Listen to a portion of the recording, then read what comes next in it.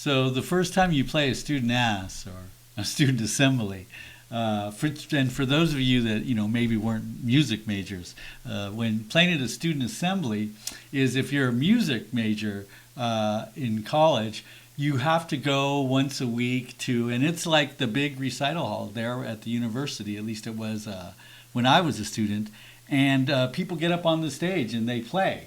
And you're playing in front of all your peers. So it's just music majors there. It's sort of the music majors' music appreciation. And you have to go. And it's mostly people who are getting ready to do, performance majors, getting ready for recitals. Or even, let's say there's a woodwind quartet that has a gig coming up. They'll get up there and practice to play. So it would just be all kinds of stuff. You have to go. It's an hour long. And like I said, mostly people getting ready for recitals, stuff like that. I was only like a freshman, maybe even a sophomore. So I really had no business really doing one, but I just thought it would be fun, and so I had a really, really little simple piece that I was going to play, and I remember some upperclassmen too. So some upperclassmen people were encouraged it. They were like, "No, yeah, you should do it, dude." So signed up. You have to go. You go fill out all the stuff. Said, I'm going to play student assembly, and told my guitar professor. So this is also this podcast, this cast from my pod, is going to be a little bit about my guitar professor because this is a neat story. But so I tell him, I'm going to play. He's like, okay, like he could care less, But on the day that I was playing, so I get out of my early morning classes, and I go to my professor's office because I was going to just remind him and say, hey, I'm playing today. Go see me. And he's like, oh, is that today? You're playing, that's this afternoon. And it's like in a couple of hours. So I'm like there at 11, and I'm going to play at like 2 or something. And so I'm like, yeah, that's today. I'm playing today at the student assembly. And he's like, oh, that's neat. He's like, what are you doing now? And I'm like, nothing. I just got out of class. I don't have anything till then. And he's like, well, let's go get lunch. And I'm like, okay, cool, So Hector, that was his name. Hector takes me, and he drives me all the way across town. I mean, I'm in parts of town that I've never even been in, and I've lived here my whole life. And he's just dragging ass the whole time. I mean, like he drives all around, and oh no, that's not the restaurant I'm looking for. Let's go here. And I mean, literally, we get to the restaurant. We get to some place to have lunch. It's already 12 o'clock, 12:30. Easy. And so we're having lunch. And I'm kind of start to get like hey, I need to get back. And he's like, oh, yeah, don't worry about it. It's all good. It's all good. And I mean, he's just dragging ass. Like, I'm like, I knew. He's like, don't worry about it. He literally gets me back to the university. I mean, we get back. He parks, he can park in faculty parking. So we're right there by the music department. But I literally had to, I remember I was like pissed, I had to get out of his car. And I mean, I'm like running to go get my guitar, get up to the green room. And I remember they were like, dude, you're late. You're, because most people are there, way early, and they're like, you're going to go on here. I mean, I'm tuning my guitar. I didn't think I even had a chance to play through the piece, and then they're like, okay, you're on, go. And so I go out there and play the piece, and it was awesome. It went really great, but, so it was only years later, that I realized that he had done all that on purpose. He didn't want me to sit there in a practice room playing the piece over and over and over, making some random mistake, and then, oh my goodness, he knew better. So he wanted me. And it's interesting. I remember reading years later about a famous guitarist. What's the guy that only had a couple fingers?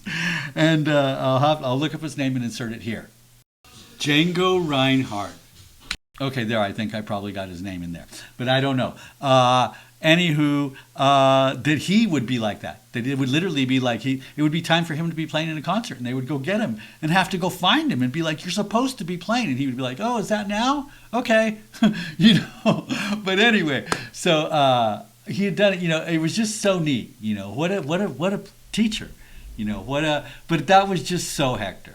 He never really. He wasn't a teacher in the traditional sense. I mean, I don't think he ever ever like explicitly like showed me, here's how you play something, or do this exactly.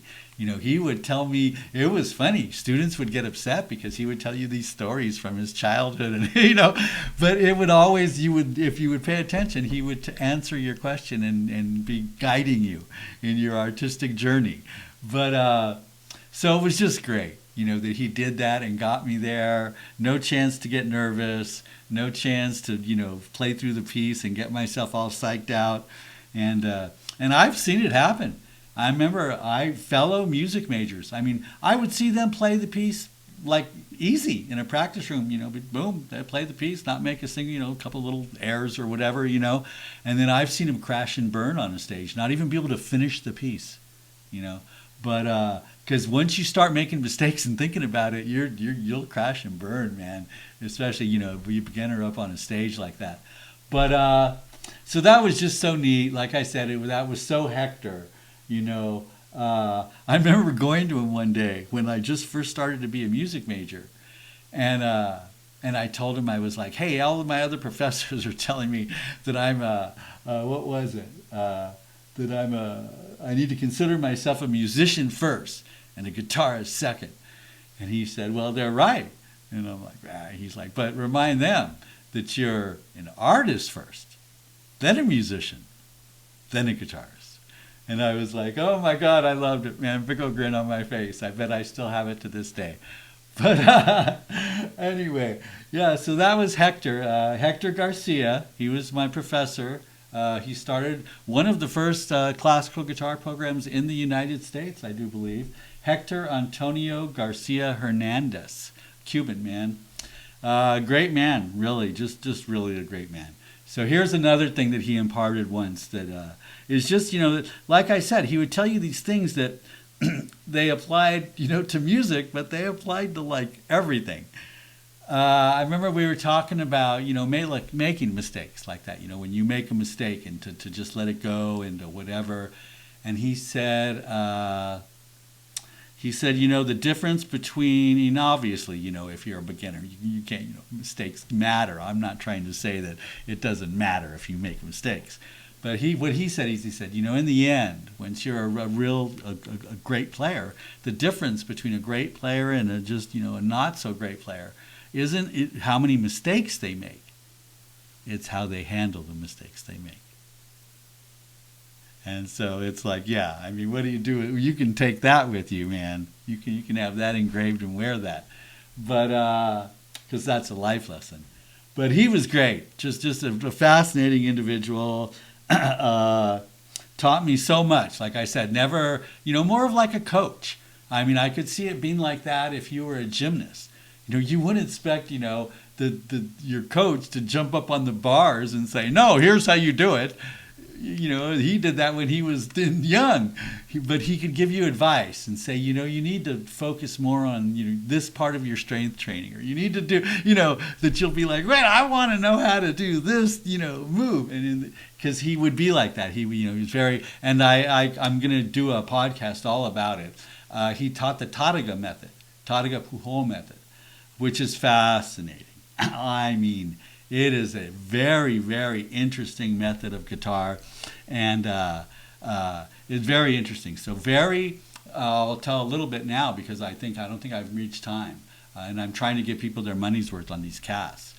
But so as long as I'm talking about it, the Tataga and Emilia Pujol, which Tataga, it was like that Plato Socrates thing. So Tataga wouldn't write stuff down. So Pujol and his students had to, write down what he was talking about and how he taught guitar in his school.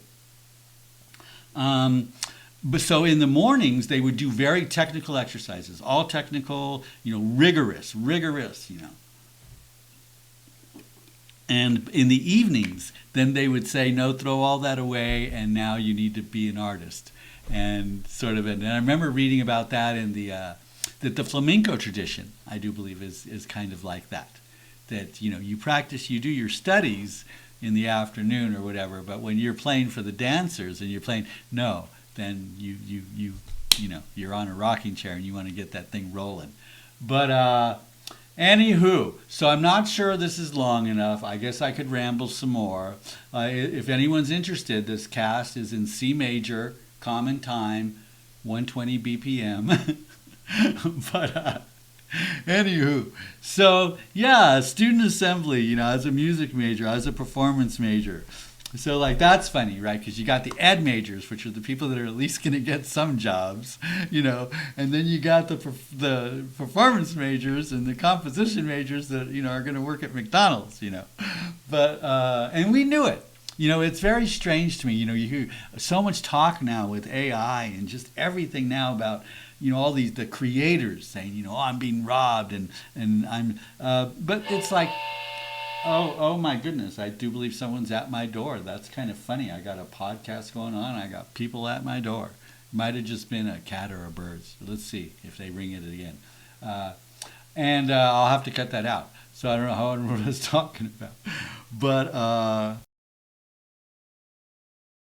okay, so yeah, I'm so sorry. So the creators thing, and because it's like, I mean, we knew. I mean, it wasn't like, oh, gee, it's going to be easy to make a living. We knew we're not going to be able to make a living. Performance major, guitar performance major. Come on. And also, like, it's funny, like, about the getting paid. I remember, like, I played in a restaurant and I got tips and a free meal. And it was great. So I don't want that restaurant gig was awesome, and I do a whole cast about that. But in general, like I remember going to play at coffee shops and stuff. You getting paid, shit. You would beg them to let you play. You would be like, please let me play. And no, you can't. No, please come on. No, it pisses off our customers. It's like getting paid was the last thing on your mind. Just being able to play and get people to hear you. Oh my God, And then you even think like playing in a bar. I mean, there's maybe 40 people hearing you. And out of those 40 people hearing you, there's 5 listening. And the idea now that you can put out a video and 1,000 people watched it or whatever, or even a few hundred.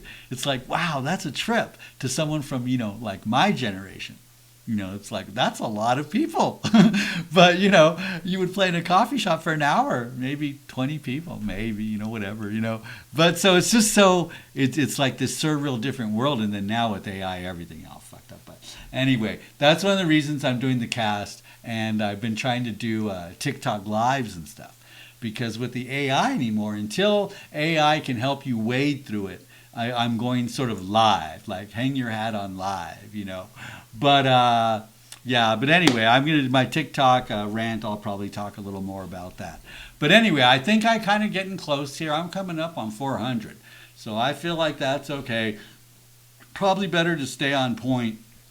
So yeah, talking about being a music major and playing student assemblies. It was fun. It was cool, man. And here's something like the first time you walk out on a hardwood, a stage like that, your footsteps are so loud. You will be like, bam, bam. You will walk out there, and like move the chair, and the chair will be like, everything you do will just seem like, it's echoing, and it's like, it's funny. It's hilarious, But anywho, so I hope you guys are all having fun, kids.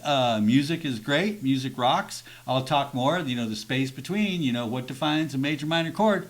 It is the space between.